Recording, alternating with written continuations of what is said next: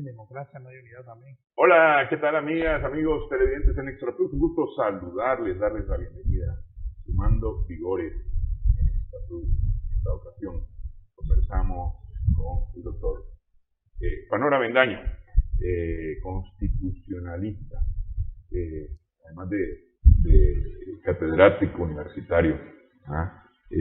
Ya hemos conversado justamente con la visión desde la docencia, desde la cátedra, desde la ciencia, en los aportes que se pueden hacer al país. Y bueno, supongo que ahora vamos a continuar en la misma. Gracias, Panora. Gracias por invitarme. Agradable en este set y siempre atento pues a dar nuestros aportes en el análisis, exponer escenarios y a veces hasta hacer conjeturas, porque de una u otra manera pues eso alimenta el debate público. Empecemos por lo más reciente.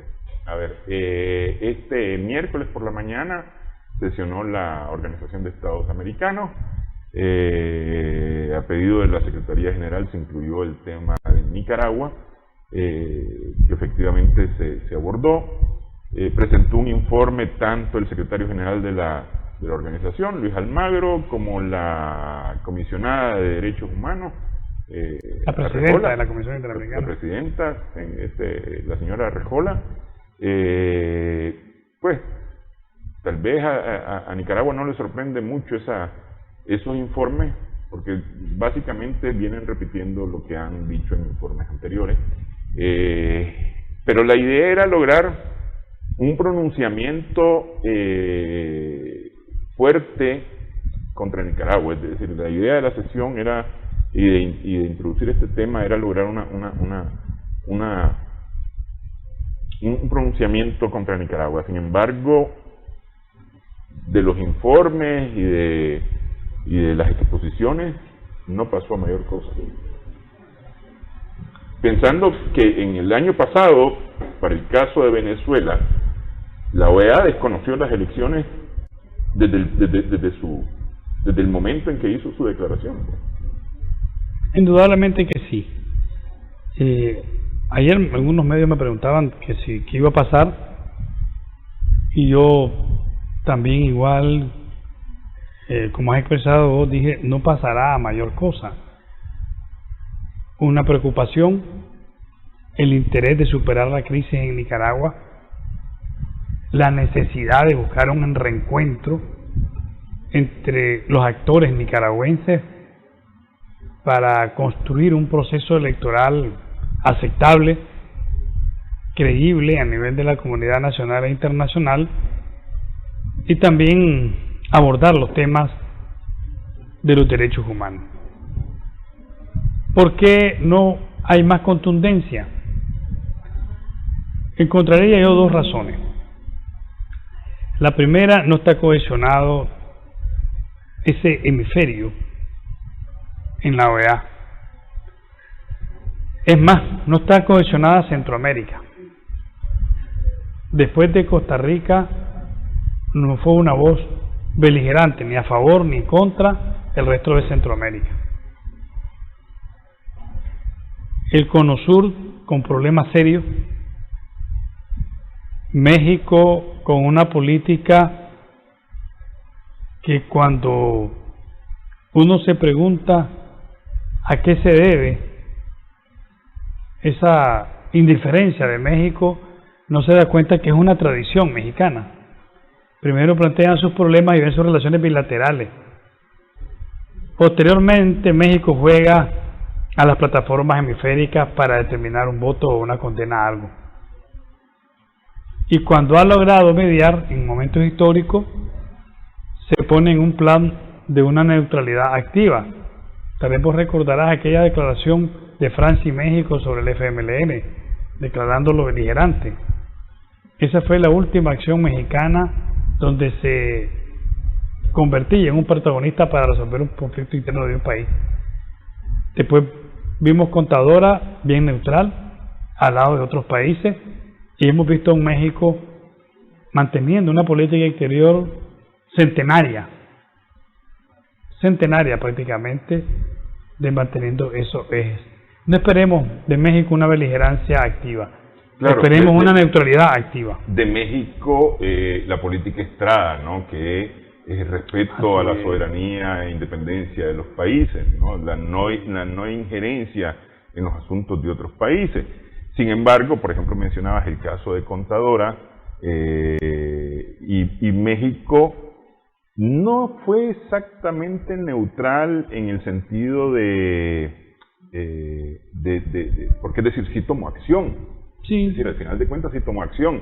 Pero lo que pasa es que jugó como amigable componedor. Como un mediador. Y eso de repente es lo que me parece a mí, en este momento, en este contexto de Nicaragua, no existe. No hay amigables componedores. Es decir, yo vengo a proponerte aquí, o vengo a hacer la solución, y la solución es como yo digo.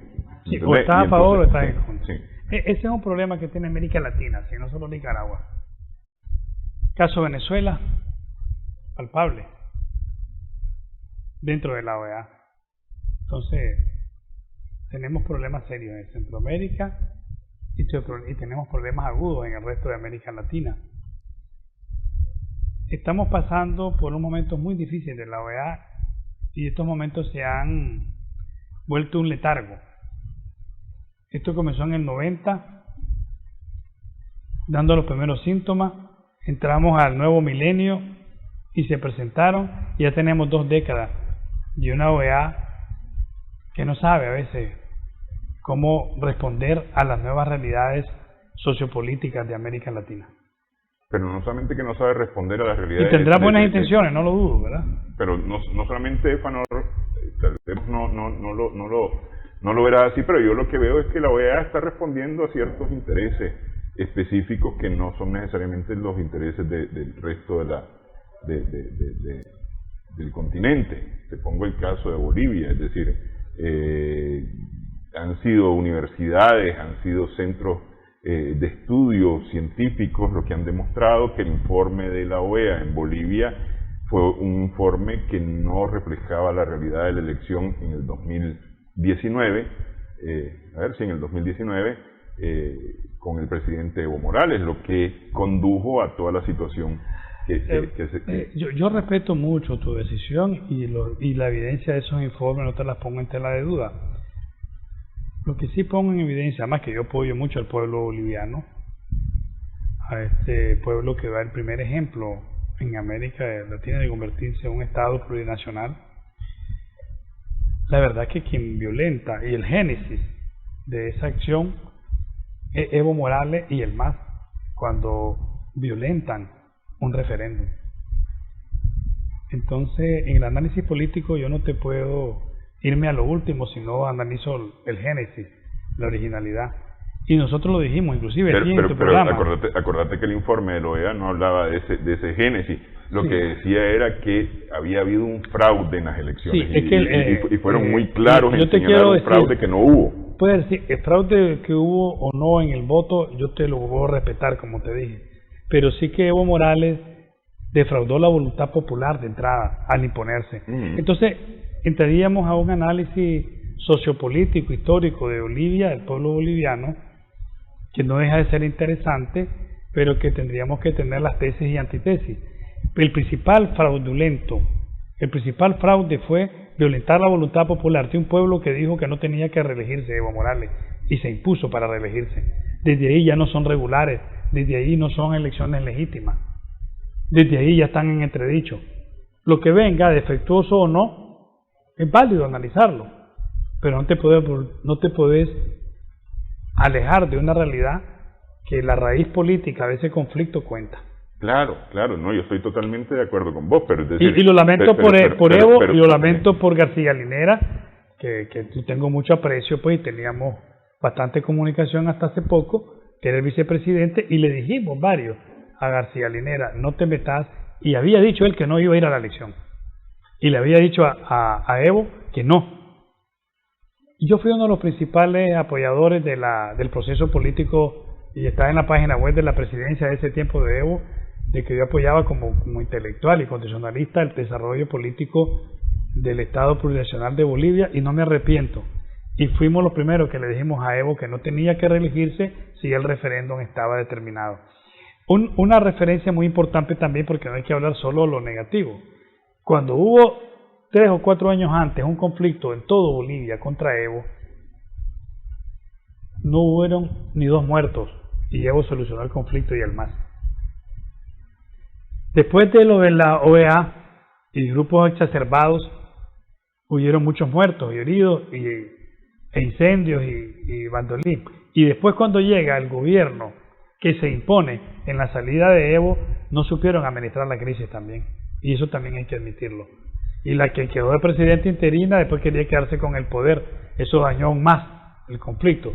Afortunadamente está buscando una estabilidad Bolivia, y ojalá el MAS comience a gobernar con madurez con el presidente. Ok, en eso estamos totalmente de acuerdo, es decir, ciertamente la crisis en Bolivia no empezó con el informe de la OEA, pero el informe de la OEA sí puso, digamos, como cereza en el pastel y abonó a la crisis, es decir, sí. En vez de tener un papel realmente de observador imparcial, se volvió un observador parcializado y consecuente con la estabilidad de un país. Así es. Esto es muy claro y no te lo refuto. Lo que hacía yo era referencia, y creo que esos liderazgos mesiánicos están alterando a América Latina en la derecha y en la izquierda. Sí, yo no me hablo de izquierda. Sí, no estamos. Es decir, es que ese proceso de Bolivia, efectivamente, yo lo que me refería era... Esas actitudes mesiánicas tienen a nuestro pueblo en los más horrendos atrasos.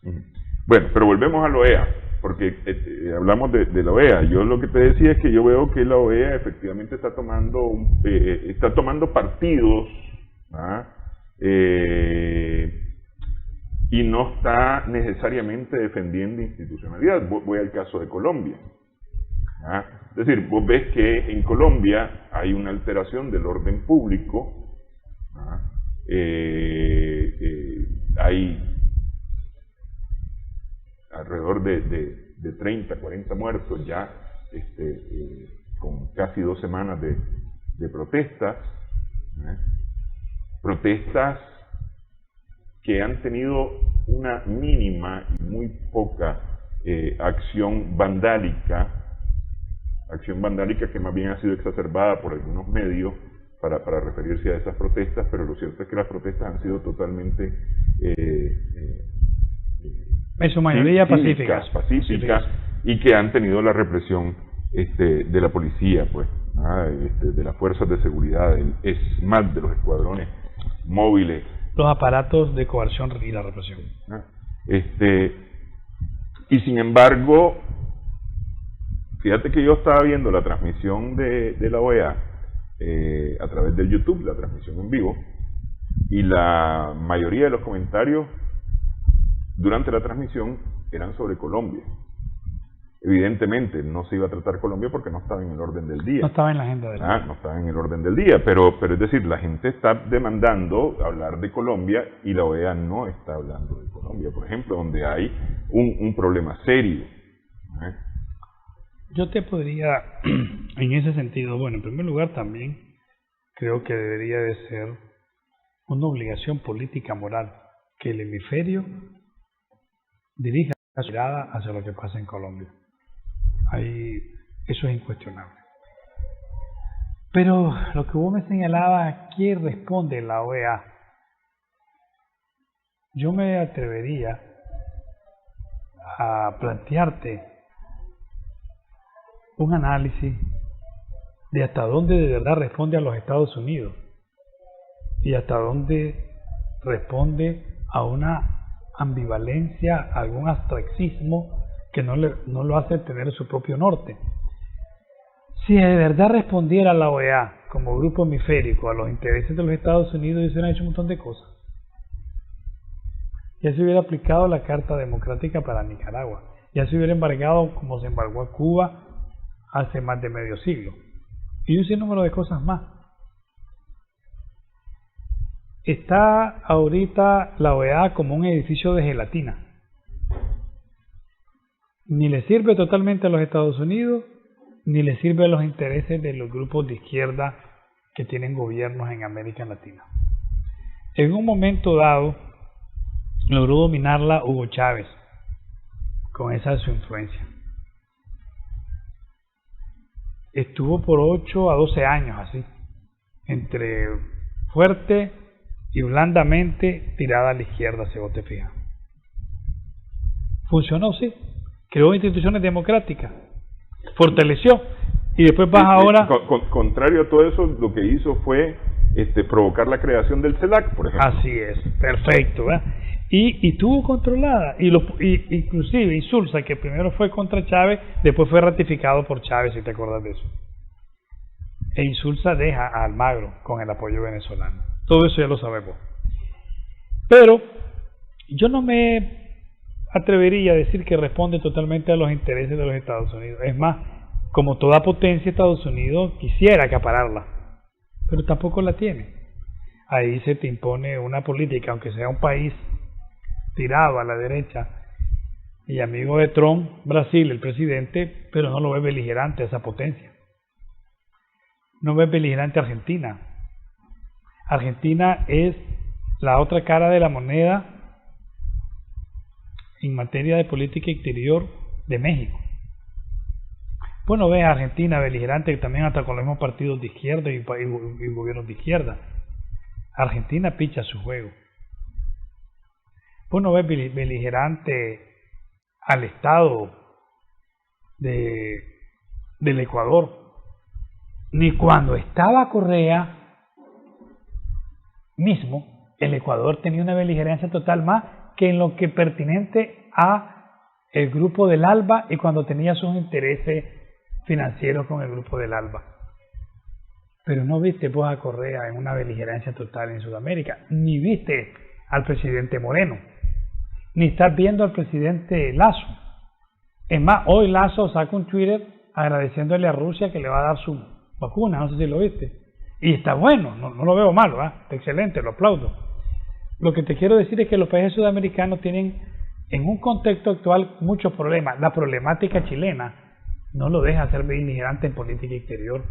La problemática chilena es seria. Sí.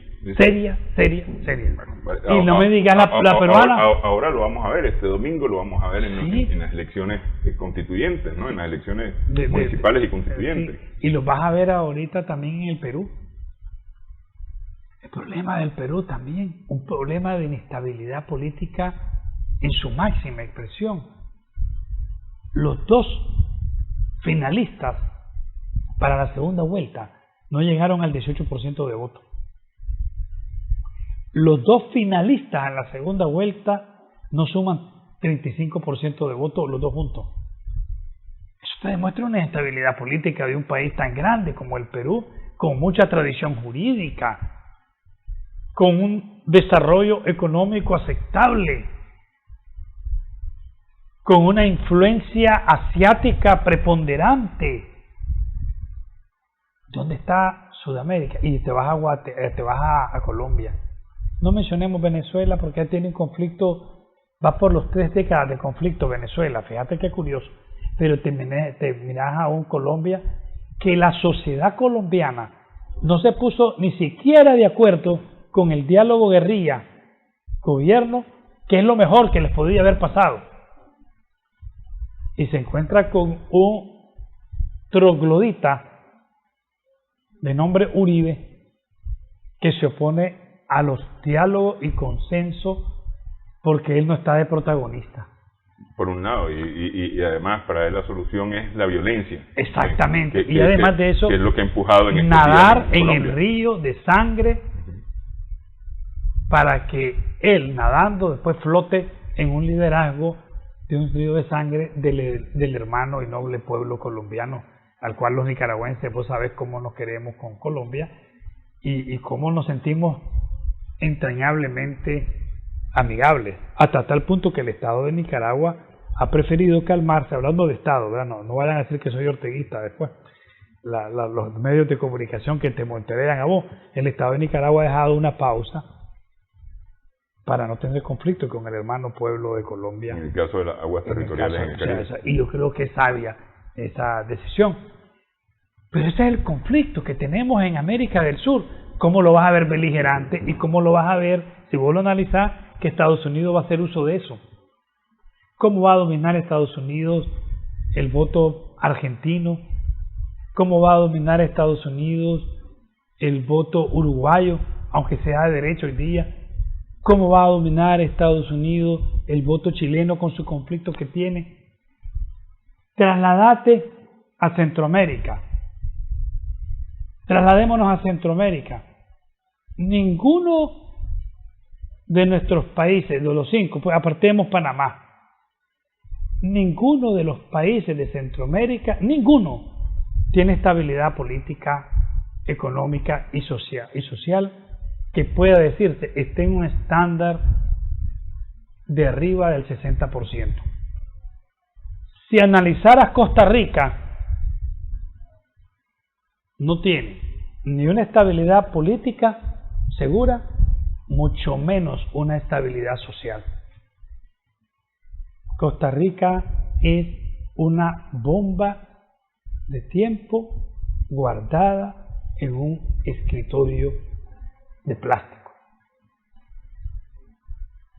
Y si se nos estalla Costa Rica, esto es peor para Centroamérica. Ojalá resuelva Costa Rica con esa madurez política, con esa cultura democrática, pero ojalá los megacapitales piensen que hay que primero crear las condiciones para la equidad social y económica y no estalle Costa Rica. Porque esto lo hemos venido anunciando y lo hemos analizado con vos aquí varias veces. Esperemos que no estalle Costa Rica. Te vas a Nicaragua recorriéndola, no tenemos estabilidad política y hay que ser honestos. Vos no podés tener estabilidad política cuando tenés que cuidar a los líderes políticos en sus casas y no los dejás salir. Vos no tenés estabilidad política cuando no hay manifestaciones. Vos no tenés estabilidad política cuando hay confiscación de medios. Es la verdad. Pero la macroeconomía que hemos tratado todo de mantenerla ahí, ¿verdad? Hasta algunos sectores de oposición nos han mantenido a flote. Tal vez no estamos con el agua a la cintura, pero no la tenemos en la nariz todavía. Y eso hay que admitirlo, pues a pesar de nuestras grandes diferencias como país, hay consenso no escrito, no hablado, no pactados en tinta, y es que por lo menos estamos manteniendo esa estabilidad macroeconómica, aunque la pequeña y mediana economía esté sufriendo, pero cuando las tres niveles, la microeconomía, la media economía y la macroeconomía, están en caída, ahí sí se sufre de manera dramática, porque entramos a la desestabilización de la moneda que implica inflación. Después tenemos, bueno, en Nicaragua, a ver si se supera con lo que hemos venido señalando, y tu programa también que ha insistido, con el diálogo, ya lo vamos a tocar, ¿verdad? Vamos a meternos más a Nicaragua. Y después tenemos, para rápido hacer, porque me encanta hablar de estos temas, y tenemos El Salvador, que ya está dando síntomas de crear inestabilidad política de manera gratuita. El señor Bukele, el presidente Bukele, de manera gratuita lo está haciendo. Él se está endosando a meterse en el incendio del volcán. Y Guatemala con Honduras que ya ese es un tema recurrente. Es un tema recurrente con inestabilidades, con problemas de crimen organizado internacional y otras cosas. Que te quiero advertir algo, a pesar de todo lo que los mismos nicaragüenses nos tiramos, estamos con menos problemas de Guatemala y de Honduras. Y en algunos casos El Salvador. Esperemos resolver el problema político y volvemos a reencontrarnos en Nicaragua. Si supera el problema político, vuelve a estabilizarse y se va a convertir en el país más estable de Centroamérica. Ok, vamos a hacer pausa. Estamos conversando con el doctor Fanor Avendaño, Sumando Vigores. Regresamos en breve.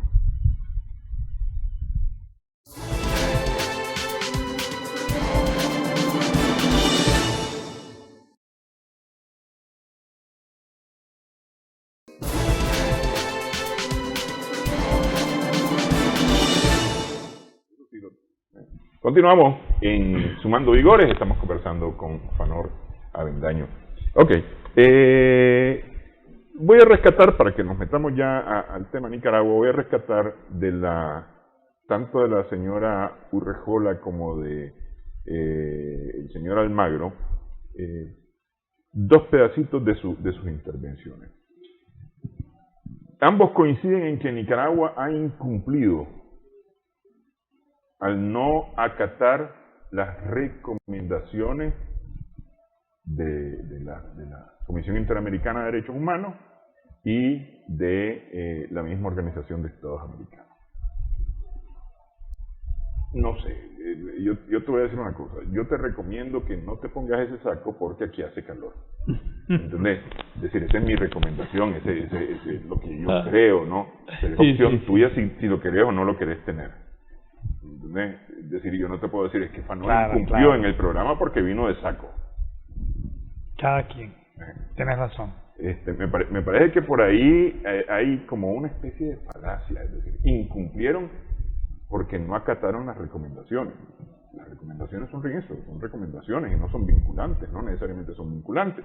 Nicaragua había hecho un compromiso con la OEA para establecer reformas, ¿no?, en base a las recomendaciones que había hecho el grupo de observación del 2016, ¿no?, si no me equivoco. Pues es que en política y derecho internacional hay cosas que son consuetudinarias, por decírtelo así. Fíjate que cuando la OEA le dio un ultimato a Somoza y le dio la silla a Miguel de Escoto, no había un reglamento que le diera la silla a Miguel de Escoto. Pero además la silla se la dio Panamá. ¿Verdad? Pues no había un reglamento. Y no era ley. Y habló el hombre. Sí. Y cuando expulsaron a Cuba de la OEA, si mal no recuerdo, en 1962, pues yo ni gateando estaba. Ni proyecto. Entonces, no le dieron el derecho a la defensa a Cuba. Esa es, y cuando hay resoluciones y disposiciones y sometimientos en los acuerdos internacionales, por ejemplo, en nuestros artículos constitucionales, hay 3 artículos constitucionales que nos sometemos a los mandatos de los organismos internacionales de derechos humanos. Hasta ahí vamos bien. Pero no dice nuestra Constitución que las recomendaciones cómo las vamos a tratar, ni dicen nuestras leyes secundarias. Pero hay un marco jurídico internacional que nos obliga por lo menos a atenderlo. Yo planteé en su momento un diálogo, una comunicación, y es más, se lo expresé públicamente al gobierno de Nicaragua, que deberíamos tener una comunicación para ver los cuestionamientos y para defenderse los cuestionamientos donde procedía. Lamentablemente se ha ignorado. También habría que analizar lo que vos señalás, bueno, a cuenta de que me vas a decir que si son recomendaciones, ¿Dónde está un documento que me digas para que yo te la cumpla? Sí, porque yo estoy de acuerdo. Criterio, yo estoy de acuerdo con lo que dice la señora Urrejola, que dice que se le ha pedido al Estado de Nicaragua medidas cautelares para salvaguardar la vida de grupos o personas, y Nicaragua no ha tomado acciones en ese sentido. Ahí Nicaragua sí tiene obligación, me parece. ¿Por qué? Porque es suscriptora del tratado. Porque es suscriptora de eso, okay. Pero en las recomendaciones sí, ahí creo yo pues que habría que ver que la mejor manera de atender esto era diciendo, bueno, charlemos sobre esto pues. A ver, vénganse ustedes. Tuvo cierto temor el Estado de Nicaragua, y hay que admitirlo. Tuvo cierto temor, todavía lo tiene, de enfrentarse a esas oficinas esféricas de grupos de derechos humanos y también a la de las Naciones Unidas, que es el Alto Comisionado para Derechos Humanos. ¿Va a haber una variante sobre esto? No te lo puedo decir. De algo es cierto. Estos grupos pueden inclusive catalogarse en algunos casos por algunos estados o personas como grupos parciales o que ven la violación desde una óptica y no desde la otra. Si querés, se puede admitir eso. Lo que tiene que prevalecer es la inteligencia política, diplomática, de que querrás o no, estos grupos, estos organismos tienen incidencia en la política exterior. Y si los ignorás, perdés más que entablar con ellos una conversación. Y es ahí donde nosotros hemos insistido. Vos ves, si la Corte Interamericana no ha condenado las muertes que hubo en Chile, o las masacres que constantemente se dan en México, hablando de una política exterior mexicana, pero es una realidad. O la constante asesinato de líderes sociales en Colombia. Sí, o cómo Bukele denigrantemente agarró a las personas que fueron ex pandilleros, porque si están presos ya no son pandilleros. Desde que estás preso es que ya no sos pandillero, sos un reo. Y los denigró y los expuso. Y le dijo que si mataban a alguien afuera, mataban a alguien adentro. Entonces, puede ser que critiques eso, pero no deja de ser importante que a pesar de eso, estos grupos son beligerantes a nivel de política exterior. Y nuestro Estado no es un Estado potencia. Es más, ni nos acercamos siquiera a la escuela política diplomática que tiene Cuba, que no es de 60 años. La escuela diplomática cubana es de 200 años. Eso no lo olvidemos. Más allá de su independencia. ¿Por qué? La escuela cubana son los mejores intelectuales de América. ¿O no te acordás? Bueno, vos sos estudioso de sociología, de cine y periodismo, pero acordate del Código de Bustamante. Y acordate de los escritos de los grandes tratadistas cubanos para América Latina. Y acordate del aporte que dieron los cubanos en la misma fundación de la OEA. Los cubanos aportaron en las Naciones Unidas. O sea, la escuela cubana y la escuela mexicana son las mejores escuelas latinoamericanas de academia y de política. Y después le vas sumando la argentina y la chilena. A nivel de Centroamérica, teníamos la escuela jurídica de Nicaragua como la mejor, ¿oíste? La mejor.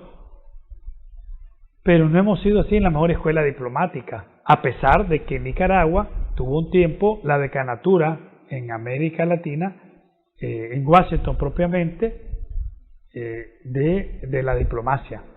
Pero la escuela diplomática de Centroamérica más importante es la escuela costarricense.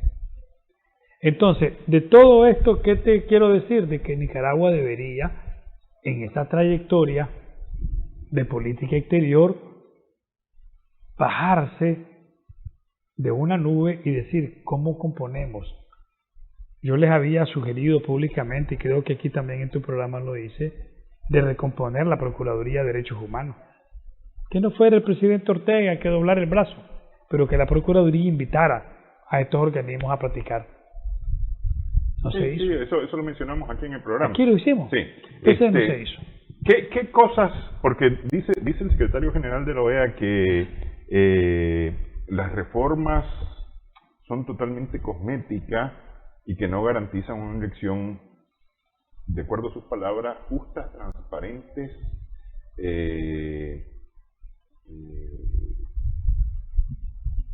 y ocupo otra palabra más que ahorita se me escapa, ¿verdad? Pero ¿qué es lo que no cambió? No habló de la supervisión. Él hablaba acerca del efecto de las elecciones. La legitimidad de las elecciones, pues. Sí, básicamente se refería a eso, ¿no? ¿Qué es lo que no cambió la reforma? Yo quisiera decirte que la reforma no llenó las expectativas.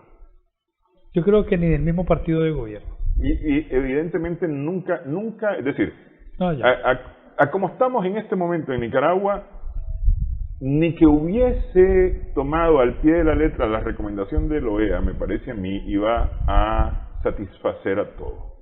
Iba a llenar todas las expectativas. Es que ninguna reforma llena las expectativas, pero las básicas no. Y hay que ser claro. Yo creo que el presidente Ortega y su partido de gobierno no descarté si hubiera una reforma urgente de repente. No lo descarté.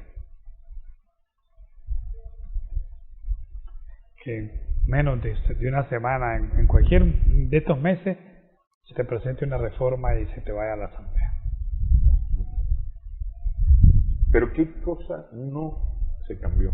Que debió haberse cambiado. Yo creo que hay muchísimas, pero algunas básicas.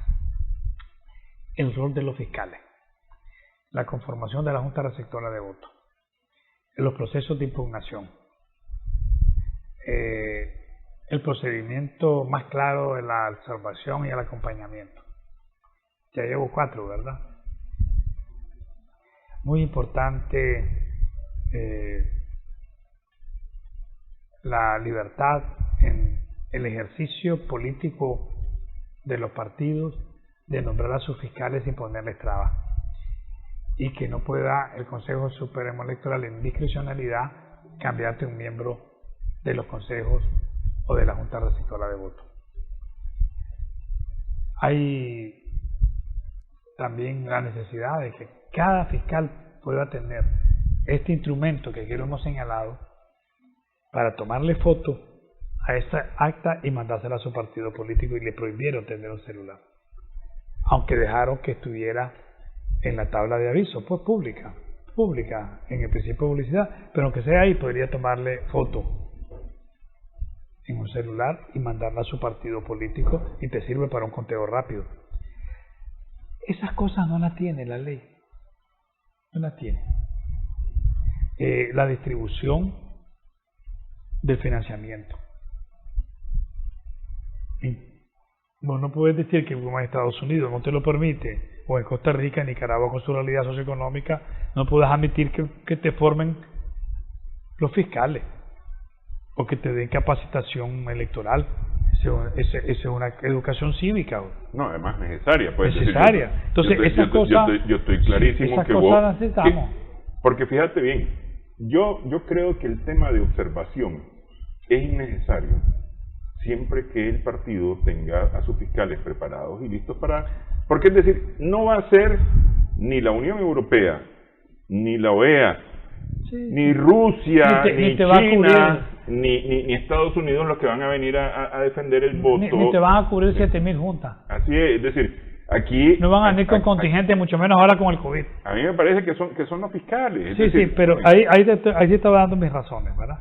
Y esperemos que se dé, pues. Sí, mira, aquí tenemos que resolverla por los votos, la situación, y no por las balas. Pero por los votos vamos a resolver una parte de la situación. La más primordial, que es la estabilidad política. Pero yo no creo, fíjate, Fanor, yo no creo que eso nos vaya a dar al final estabilidad política. Aún vamos a suponer que tenemos las elecciones más justas, más transparentes, más equitativas, más participativas, y quedamos resulta un ganador, realmente eso, es decir, un ganador de ese proceso, en esas condiciones, realmente eso va a darle la solución o el inicio de solución a una crisis política que me parece a mí que está marcada más fuertemente que por una elección, pues, es decir, yo creo que sí, porque tiene que ver con sistema, me parece a mí que tiene que ver con sistema. Si querés hacemos la pausa, tocamos eso, a regresar, estamos sumando vigores en Extra Plus.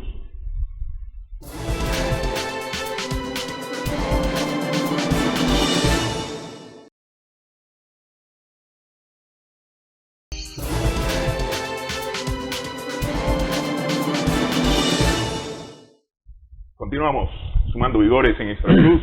Con Panora Mendaño estamos conversando. Te decía yo que a mí me parece que solo la elección, es decir, si nos centramos solamente en las elecciones de noviembre, no vamos a realmente solucionar el problema político de Nicaragua, porque el problema político de Nicaragua es un problema sistemático, es decir, es un problema del sistema, es un problema estructural que no se va a resolver con una elección. ¿Por qué te digo que no con una elección, o por qué creo yo que no con una elección? Porque al final de cuentas, con la elección van a quedar representaciones legislativas no necesariamente mayoritarias, como está en este momento la representación del Frente Sandinista, que es la mayoritaria y puede tomar decisiones por sí y ante sí, ¿verdad? A mí me parece que esta elección no va a resultar una recomposición en esa misma línea, sino que va a quedar más distribuido, y ahí pueden haber muchos pegones que pueden evitar que un ejecutivo pueda hacer o implementar por sí y ante sí también un plan de estabilidad.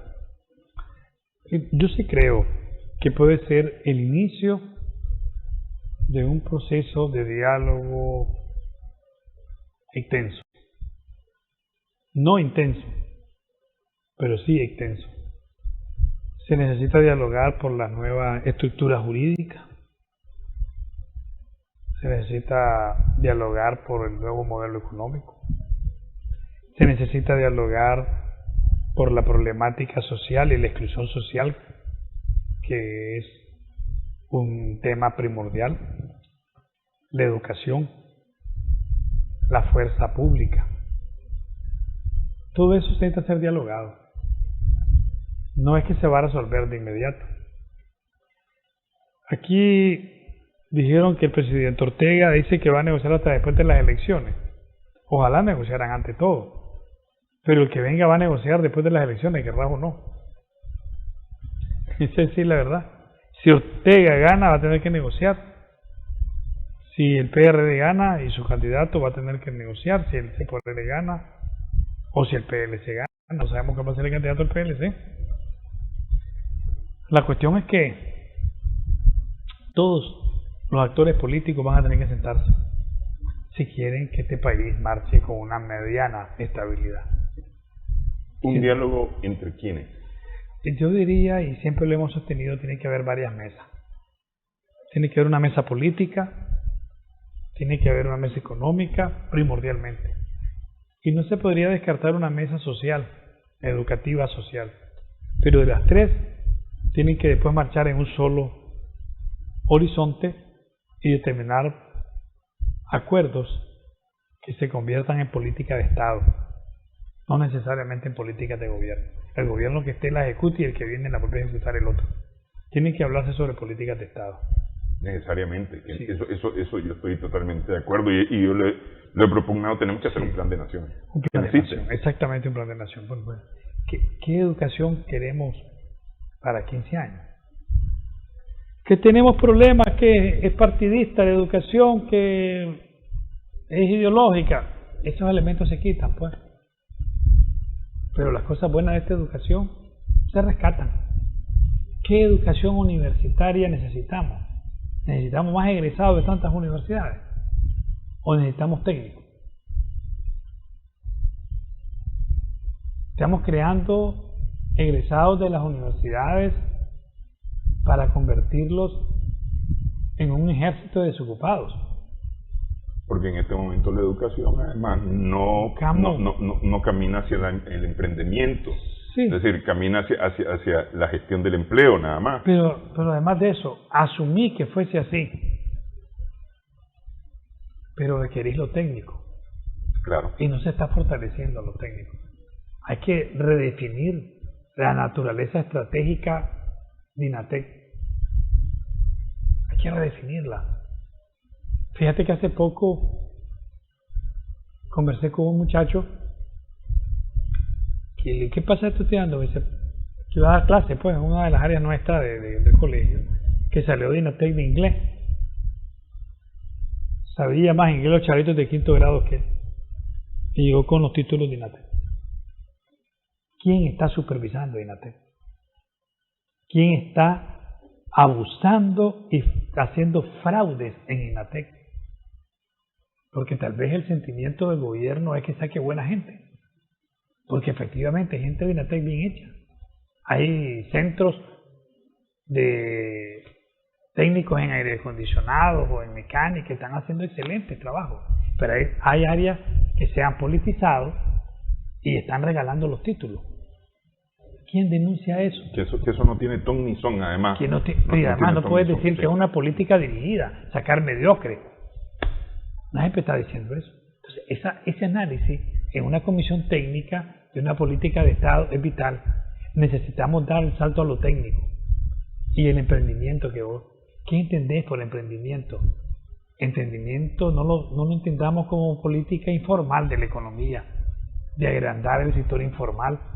Claro, no es eso. No es eso. No. Pues esa política pública, esa programa de nación que decís vos, tener una estrategia clara del emprendimiento, cómo tenés una política para el retorno de nuestros profesionales, nuestros recursos de cerebro que se han marchado. ¿Cómo lo retornás? ¿Cómo lo volvés a captar? Sí, ¿cómo lo enamorás para que vuelva? ¿Cómo lo enamorás? O sea, todas estas cosas es importante. ¿Cómo hacer que Nicaragua tenga consensuada en lo posible una política financiera basado en el interés social y humano y no en los megacapitales? Vas a creer que si vos querés reactivar este canal y le prestás $40,000, porque tengo el cálculo yo en una tabla, a un banco, te cobra $2,000 y pico al mes. O sea, estás trabajando para ese banco. Y de esos 2,000 y pico son intereses. Te cobran el 18% de interés. ¿Cómo vas a habilitar tu pequeña empresa? Y eso cuando te dan el crédito, porque por y eso como te dan el crédito. Sí. Te agradezco la observación. Yo te voy a decir, ahí el BCE puso a finales del año pasado a disposición de las pymes un capital que no se repartió. ¿Y los bancos dónde están legislando sobre eso? ¿Cómo vas a legislar cuando la tarjeta de crédito te cobra casi el 60% anual? O sea, esas son las cosas que hay que legislarlas. Y hay que decirle a los megacapitales, a la banca financiera, señores, pongámonos de acuerdo, pues. El sistema corporativo es nocivo en la medida que no atiende la cuestión social. Así es. Eso tenemos que hablarlo en un diálogo. Pero no tenemos. Listos, fíjate, no veo que ni estemos listos ni nos estemos preparando para un diálogo, ni hoy, ni dentro de un mes, ni dentro de 7 meses en enero, cuando le toque asumir a un nuevo gobierno. Mira, o al gobierno que resulte electo de estas elecciones. Una golondrina no hace verano, pero una semilla, cuando se siembra y se abona, se convierte en un campo fértil que da el trigo. Tu programa es parte de eso. Sí, pero vos y yo como ciudadanos, primero, quitándote y desprendiéndote de una polarización. Segundo, hablando la verdad. Y tercero, muy importante, mandando un mensaje a la comunidad de que existimos hombres y mujeres comprometidos con el país al margen de un enconchamiento de odio, al margen real, ¿verdad?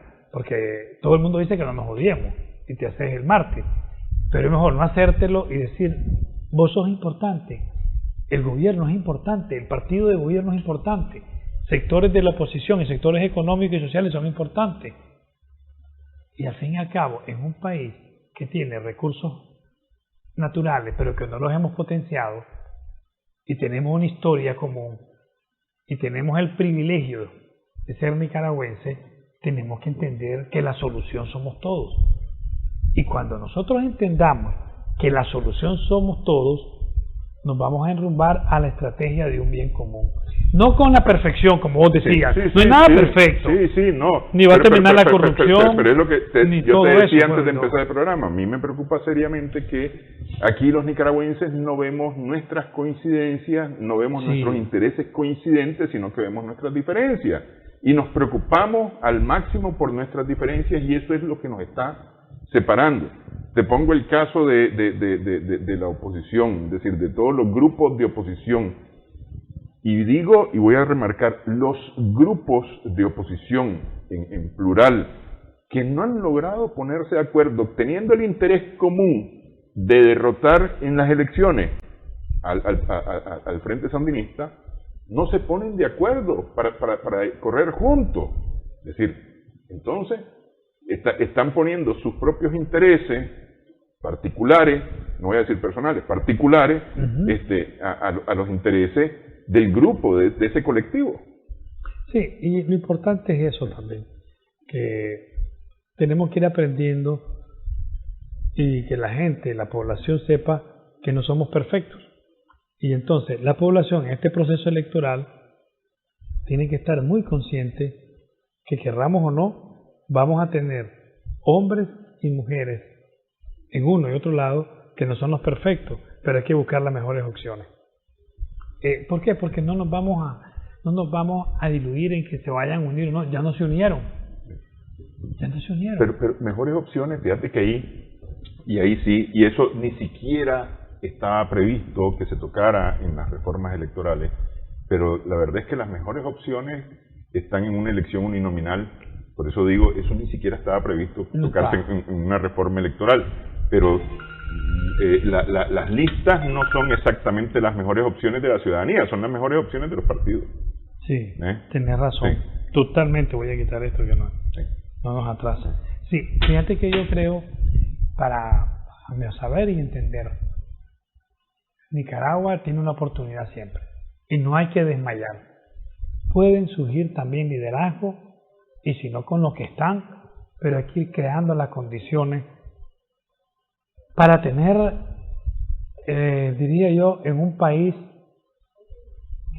posibilidades de ir buscando aspectos que nos puedan ayudar a mantener una estabilidad manejable para llegar a un entendimiento. No podemos decir que mañana nos vamos a entender todo, ni vamos a decir que nos vamos a abrazar y a besar. Con que nos respetemos es bastante. Así es. Sí, es decir, vos lo ves en la familia, vos y tu hermano no necesariamente piensan de la misma manera ni creen que se deben de solucionar las cosas de la misma forma, sí. pero aportan y terminan solucionando porque lo más importante es la familia unida. Así es. Sí. Bueno, lo importante es que por lo menos vos y yo hemos logrado acuerdos de seguir platicando. Claro, te agradezco que hayamos estado platicando hoy. Vamos a ver si ahora sí te tenemos más seguido. Claro, vamos a ver. Nos habías corrido. Sí, tenías muchas cosas, pero vamos a estar aquí y ojalá demos nuestros aportes en las elecciones. Sí, importante. Vamos a estar aquí. Yo creo que me va a estar la oportunidad, voy a tener de estar en palco viendo las elecciones. Si acaso, pues, no me meto al remolín, pues, entonces estamos bien ahí. Vaya, pues. A nuestras amigas, amigos, también nuestro agradecimiento por su sintonía. Seguimos sumando vigores.